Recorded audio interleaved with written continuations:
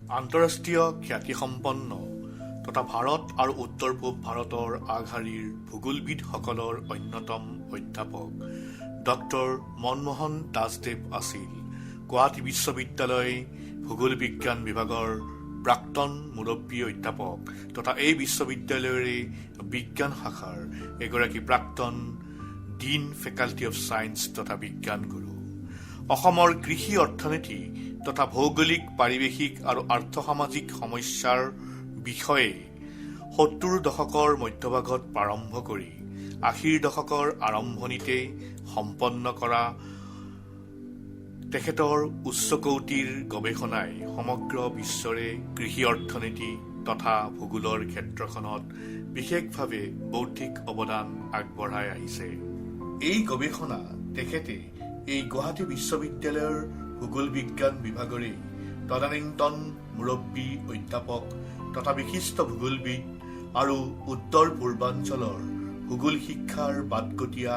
অধ্যাপক ডক্টৰ হৰিপ্ৰসন্ন দাসদেৱৰ তত্বাৱধানত সম্পন্ন কৰে। এগৰাকী বিশিষ্ট ভূগোলবিদ হোৱাৰ উপৰিও কৃতি শিক্ষক অধ্যাপক হিচাপে ডক্টৰ মনমোহন দাসদেৱ ছাত্ৰ ছাত্ৰী আৰু গৱেষক সহকৰ্মী শিক্ষাগুৰু আৰু সাধাৰণ মানুহৰ মাজত এগৰাকী সহজ সৰল মানৱদৰদী সমাজ হিতৈষী ব্যক্তি হিচাপে পৰিচিত তথা তেখেত একেৰাহে কবি লেখক বিশিষ্ট শিক্ষাবিদ সমাজ বিজ্ঞানী তথা অসম আৰু ভাৰতৰ বিদ্যায়তনিক পৰিমণ্ডলত আৰু লগতে সৰ্বসাধাৰণৰ মাজত সুপৰিচিত। তেখেতৰ শৈশৱ আৰু শৈক্ষিক জীৱনৰ পৰিক্ৰমাত আমি দেখা পাওঁ যে অধ্যাপক ডক্টৰ মনমোহন দাসদেৱৰ শৈশৱলৈ ফহিয়ালে আমি দেখিম যে নামনি অসমৰ বৰপেটা জিলাৰ অন্তৰ্গত মহাপুৰুষ শ্ৰী শ্ৰী মাধৱদেৱৰ প্ৰিয় শিষ্য শ্ৰী শ্ৰী গোপাল আতাৰ পদৰেণুৰে ৰঞ্জিত তথা তেৰাৰ দ্বাৰা প্ৰতিষ্ঠিত পুৰণ ভৱানীপুৰ সত্ৰৰ হৰিনাম কীৰ্তনৰ ধ্বনিৰে মুখৰিত আৰু ইতিহাস প্ৰসিদ্ধ ভৱানীপুৰস্থিত তথা ৩১নং ৰাষ্ট্ৰীয় ঘাইপথৰ নিচেই সমীপৱৰ্তী গলীয়া নামৰ গাঁৱত ১৯৪৪ চনত জন্ম হৈছিল। সংখ্যাধিক সদস্যৰে পৰিপূৰ্ণ এক দৰিদ্ৰ কৃষক পৰিয়ালত জন্মগ্ৰহণ কৰা ডক্টৰ দাসদেৱে এটা অতি সাধাৰণ খেৰৰ বাঁহেৰে নিৰ্মিত পজাঘৰতেই নিজৰ শৈশৱ সকলোৰে মৰম স্নেহৰ মাজেৰেই অতিবাহিত কৰিছিল। পৰৱৰ্তী পৰ্যায়ত পিতৃবংশৰ আদিভেটিস্বৰূপ নিজৰ জন্মস্থান এই খেৰ বাঁহৰ পজাটো কংক্ৰিটলৈ ৰূপান্তৰিত কৰি এই ঘৰটিক উৎসৰ্গিত কৰাই তেখেতে শ্ৰদ্ধেয় স্বৰ্গগামী পিতৃ মাতৃৰ নামতেই ঐতিহ্য ভৱন লক্ষ্মীকান্ত ভৱানী স্মৃতিয়ালয়ৰ নামেৰেই নামাংকৃত কৰে। অধ্যাপক ডক্টৰ মনমোহন দাসৰ আনুষ্ঠানিক শিক্ষাৰ আৰম্ভণি হৈছিল তেখেতৰ নিজ গাঁও গলীয়াস্থিত গলীয়া প্ৰাথমিক বিদ্যালয়, য'ত তেওঁ প্ৰাক প্ৰাথমিক শ্ৰেণীৰ পৰা ক্ৰমে তৃতীয়মান শ্ৰেণীলৈ অধ্যয়ন কৰিছিল আৰু পৰৱৰ্তী পৰ্যায়ত ডক্টৰ দাসদেৱে এই গলীয়া গাঁৱৰ দক্ষিণে মাত্ৰ ২ কিলোমিটাৰমান দূৰত্বত অৱস্থিত কঁঠালৰ তাৰি নামৰ কছাৰী গাঁৱৰ মাজত থকা কঁঠালৰ তাৰি প্ৰাথমিক বিদ্যালয়ত প্ৰাথমিক শিক্ষা সমাপ্ত কৰে। অধ্যাপক ডক্টৰ মনমোহন দাসদেৱে বৰ্তমানে ভৱানীপুৰ উচ্চতৰ মাধ্যমিক বিদ্যালয় হিচাপে উন্নীত হোৱা পূৰ্বৰ ভৱানীপুৰ উচ্চ মাধ্যমিক বিদ্যালয়ত মজলীয়া বিদ্যালয় অৰ্থাৎ ৫ম শ্ৰেণীৰ পৰা ক্ৰমাগতভাৱে ১০ম শ্ৰেণীলৈকে অধ্যয়ন কৰি ১৯৫৭ চনত গুৱাহাটী বিশ্ববিদ্যালয়ৰ অধীনত এই বিদ্যালয়ৰে পৰা মেট্ৰিক পৰীক্ষাত অৱতীৰ্ণ হৈ সংস্কৃত বিষয়ত লেটাৰ মাৰ্ক সহ প্ৰথম বিভাগত সুখ্যাতিৰে উত্তীৰ্ণ হয়। মেট্ৰিক পৰীক্ষাত উত্তীৰ্ণ হৈয়ে ডক্টৰ দাসদেৱে গুৱাহাটীৰ ঐতিহ্যমণ্ডিত তদানীন্তন কটন মহাবিদ্যালয়ৰ পৰা ক্ৰমে ১৯৫৯ চনত ISC আৰু ১৯৬১ চনত BSc পৰীক্ষাত সুখ্যাতিৰে উত্তীৰ্ণ হয়। অৱশ্যে ১৯৬০ বৰ্ষত শ্বিলংস্থিত প্ৰখ্যাত ছেইণ্ট এন্থনিজ কলেজত মাত্ৰ এবছৰৰ বাবে BSc শ্ৰেণীত অধ্যয়ন কৰি থাকোঁতেই অসমত সংগঠিত হোৱা ভাষা আন্দোলনৰ অশান্ত পৰিস্থিতিৰ বাবেই তাৰ পৰা গুচি আহি পুনৰ কটন মহাবিদ্যালয়ৰ পৰাই BSc উত্তীৰ্ণ হ'বলগীয়া হৈছিল। পৰৱৰ্তী পৰ্যায়ত ডক্টৰ দাসদেৱে তথা 1963 চনত গুৱাহাটী বিশ্ববিদ্যালয়ৰ ভূগোল বিজ্ঞান বিভাগত ভূগোলৰ স্নাতকোত্তৰ শাখাত MSc নামভৰ্তি কৰে আৰু এই বিভাগৰ পৰাই 1964 চনত প্ৰথম শ্ৰেণীৰ দ্বিতীয় সহ সুখ্যাতিৰে সৈতে ভূগোলৰ স্নাতকোত্তৰ ডিগ্ৰী অৰ্জন কৰে। উল্লেখনীয় যে তেখেতে MSc শ্ৰেণীত অধ্যয়নৰত অৱস্থাত ভূগোল বিজ্ঞান বিভাগ বৰ্তমানৰ স্থানৰ পৰিৱৰ্তে গুৱাহাটী বিশ্ববিদ্যালয়ৰ পুৰণি দুমহলীয়া কলাভৱন অল্ড আৰ্টছ বিল্ডিঙত অৱস্থিত আছিল। ডক্টৰ মনমোহন দাসদেৱৰ কৰ্মজীৱনৰ ওপৰত আমি আলোকপাত কৰিলে দেখিম যে অধ্যাপক ডক্টৰ মনমোহন দাসদেৱৰ বৰ্ণিল কৰ্মময় জীৱনৰ প্ৰাৰম্ভগতে শিক্ষকতাৰ বৃত্তিৰেই। 1957 চনতেই তেখেতে মেট্ৰিক পৰীক্ষাত উত্তীৰ্ণ হৈয়েই নিজ গাঁও গলিয়াৰ সমীপৱৰ্তী কঁঠালৰতাৰীৰ প্ৰাথমিক বিদ্যালয়ত প্ৰায় 3 মাহ সময়জুৰি একক শিক্ষক হিচাপে শিক্ষকতা কৰিছিল। পৰৱৰ্তী পৰ্যায়ত 1961 চনত কটন মহাবিদ্যালয়ৰ পৰা BSc পৰীক্ষাত উত্তীৰ্ণ হৈয়েই ডক্টৰ দাসদেৱে তেখেতে নিজে অধ্যয়ন কৰা তদানীন্তন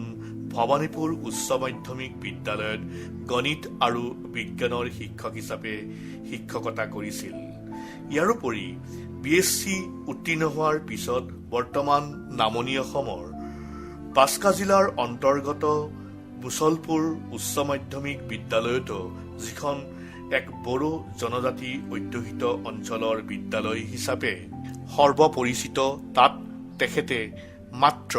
5 মাহৰ বাবে শিক্ষাদান কৰি বৃহত্তৰ অঞ্চলটোত এগৰাকী জনপ্ৰিয় শিক্ষক ৰূপে সৰ্বজনবিদিত হৈছিল। ইয়াৰ মাজতে 60ৰ দশকতে গলীয়া মধ্য ইংৰাজী বিদ্যালয় প্ৰতিষ্ঠাৰ ক্ষেত্ৰত তেখেতে বিশেষ নেতৃত্বও লৈছিল। অধ্যাপক ডক্টৰ মনমোহন দাসৰ স্নাতক পৰ্যায় তথা মহাবিদ্যালয়ত শিক্ষকতা বা অধ্যাপনা কৰাৰ বৰ্ণিল পৰিক্ৰমাৰ শুভাৰম্ভগতে 1965 চনত গুৱাহাটী মহানগৰীৰ ভৰলুৰ শান্তিপুৰস্থিত প্ৰাগজ্যোতিষ মহাবিদ্যালয়ৰ ভূগোল বিভাগত প্ৰবক্তা হিচাপে যোগদান কৰি ইয়াত ক্ৰমাগতভাৱে প্ৰায় 4 বছৰ কাল দৰ্শনীয় ৰূপত অধ্যাপনা কৰাৰ পাছত 1969 বৰ্ষত গুৱাহাটী বিশ্ববিদ্যালয়ৰ ভূতত্ত্ব আৰু নৃতত্ত্ব বিভাগৰ সৈতে পৃথক হৈ থকা এই দুমহলীয়া ভূগোল বিজ্ঞান বিভাগত প্ৰবক্তা হিচাপে যোগদান কৰি এই বিভাগত ভূগোলৰ স্নাতকোত্তৰ পৰ্যায়ত অধ্যাপনাৰ কৰ্ম সূচনা কৰে। গুৱাহাটী বিশ্ববিদ্যালয়ৰ ভূগোল বিভাগত প্ৰবক্তা হিচাপে যোগদান কৰাৰ পিছত গুৱাহাটীৰ জালুকবাৰীস্থিত গুৱাহাটী বিশ্ববিদ্যালয় চৌহদৰ 71 নং অধ্যাপক আৱাসগৃহৰ অৰ্ধ আৱাসত শান্তিপুৰৰ ভাড়াঘৰ ত্যাগ কৰি আহি সপৰিয়ালে থাকিবলৈ লৈ আৰু ইয়াতেই তেখেতে 1975 চনৰ পৰা 1989 চনলৈ সুদীৰ্ঘ 14টা বছৰ বাস কৰি পুনৰ পৰিয়ালসহ 1 নং বৃহৎ অধ্যাপক আৱাসগৃহলৈ স্থানান্তৰিত হয়। অৱশ্যে বৰ্তমান জালুকবাৰীৰ উৰণীয়া সেতুৰ নিৰ্মাণ অৱস্থাত থাকোঁতেই এই 1 নং আৱাসগৃহ নিশ্চিহ্ন কৰা হয় আৰু কাষৰ 2 নং আৱাসগৃহ জালুকবাৰী আৰক্ষী চকীলৈ অস্থায়ীভাৱে ৰূপান্তৰিত হয়। অধ্যাপক ডক্টৰ মনমোহন দাসৰ বিদেশ ভ্ৰমণ শৈক্ষিক আৰু ব্যক্তিগত পৰ্যায়তো হৈছিল। 1986 চনত অষ্ট্ৰেলিয়াৰ ৰাজধানী কেনবেৰাত অৱস্থিত Australian National University Commonwealth Geographical ব্যুৰোৰ দ্বাৰা অনুষ্ঠিত পৃথিৱীৰ অনুন্নত দেশৰ ক্ষুদ্ৰ কৃষিৰ সমস্যা আৰু সমাধানৰ উপায় শীৰ্ষক 7দিনীয়া কৰ্মশালাত বিশেষজ্ঞ হিচাপে অধ্যাপক ডক্টৰ মনমোহন দাসে যোগদান কৰি কেনবেৰা আৰু ছিডনী মহানগৰ পৰিভ্ৰমণ কৰে। এই আন্তৰ্জাতিক কৰ্মশালাতেই তদানীন্তন কমনৱেলথ জিঅ'গ্ৰাফিকেল ব্যুৰোৰ সভাপতি তথা অষ্ট্ৰেলিয়ান নেশ্যনেল ইউনিভাৰ্চিটিৰ মানৱ ভূগোলৰ অধ্যাপক ডক্টৰ জন অভাৰটন অন্যান্য অধ্যাপক মণ্ডলীকে ধৰি কমনৱেলথ ৰাষ্ট্ৰৰ কৰ্মশালাত যোগদান কৰা প্ৰতিনিধি অধ্যাপক মণ্ডলীৰ সৈতেও মতবিনিময় কৰে। 2000 বৰ্ষত দক্ষিণ কোৰিয়াৰ ছিউলত অৱস্থিত ছিউল নেশ্যনেল ইউনিভাৰ্চিটিত অনুষ্ঠিত আন্তঃৰাষ্ট্ৰীয় ভূগোল কংগ্ৰেছত যোগদানৰ অৰ্থে তেওঁ দক্ষিণ কোৰিয়ালৈ গমন কৰে। 2001 চনত ইণ্ডো ইটালিয়ান সাংস্কৃতিক বিনিময় আঁচনিৰ অধীনত এপষেকৰ বাবে ইটালীৰ ইতিহাস প্ৰসিদ্ধ মিলানো বিশ্ববিদ্যালয়ত এলানি বিশেষ বক্তৃতা প্ৰদানৰ বাবে ইটালীলৈ নিমন্ত্ৰিত হয়। পৰৱৰ্তী 2004 চনত তেখেতে স্কটলেণ্ডৰ গ্লাছগো বিশ্ববিদ্যালয়ত অনুষ্ঠিত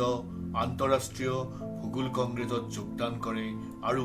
প্ৰখ্যাত ক্লাইড নদীৰ পাৰৰ গ্লাছগো বিশ্ববিদ্যালয়ৰ নান্দনিক দৃশ্য উপভোগ কৰে। ইয়াৰোপৰি 2014 চনত ডক্টৰ দাসদেৱে তেখেতৰ সদ্যপ্ৰয়াত পত্নী অনুপমা বৰুৱা দাসৰ সৈতে তেখেতৰ ককায়েক বৌয়েক ক্ৰমে ডাক্তৰ জিতেন্দ্ৰ কুমাৰ বৰুৱা আৰু ডাক্তৰ গীতা বৰুৱাৰ আমেৰিকা যুক্তৰাষ্ট্ৰৰ চিকাগো মহানগৰীস্থিত বাসগৃহ পৰিভ্ৰমণ কৰে তথা কেইবাটাও পৰ্যটনৰ আকৰ্ষিত ক্ষেত্ৰ যেনে নায়েগ্ৰা জলপ্ৰপাত, মিচিগান হ্ৰদ, ছেইণ্ট লুইছৰ মিছিছিপি নদীৰ পাৰ ইত্যাদি দৰ্শন কৰে। ডক্টৰ দাসে দক্ষিণ কোৰিয়াৰ ছিউলত মাৰ্ক্সবাদী ভূগোলৰ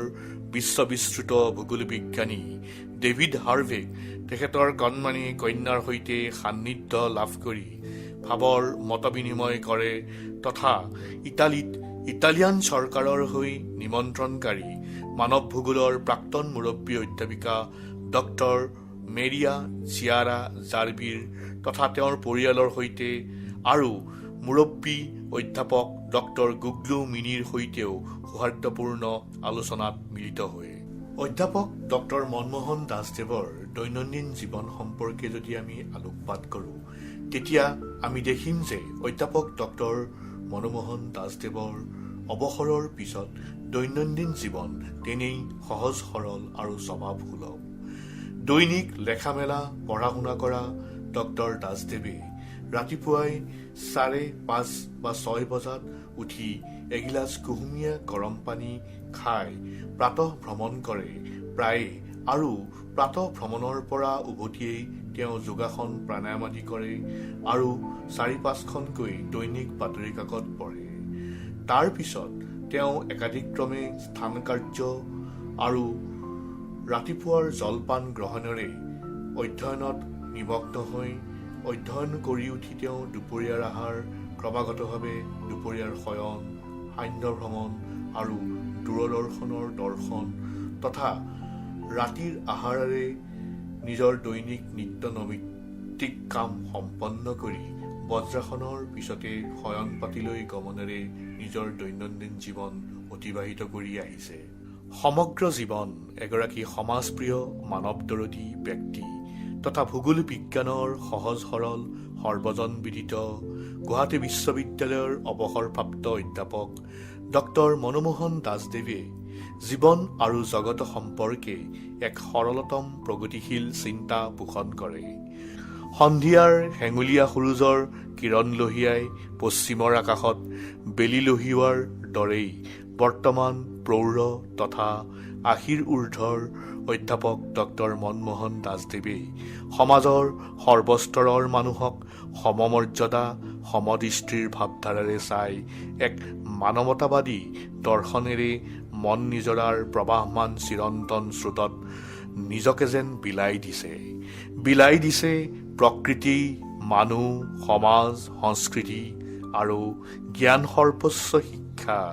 মানুহক মানুহ হিচাপে গঢ় দিয়াৰ এক আজীৱন চিৰন্তন সত্তাক যি সমাজৰ প্ৰতি দায়বদ্ধতাক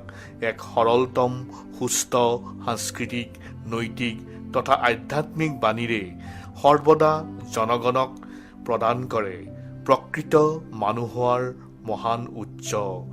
জটিলতাবিহীন সম্প্ৰীতিযুক্ত মানৱ সমাজ গঢ়াৰ এক সুদূৰ প্ৰসাৰী চিৰ আলোকময়ী পথ।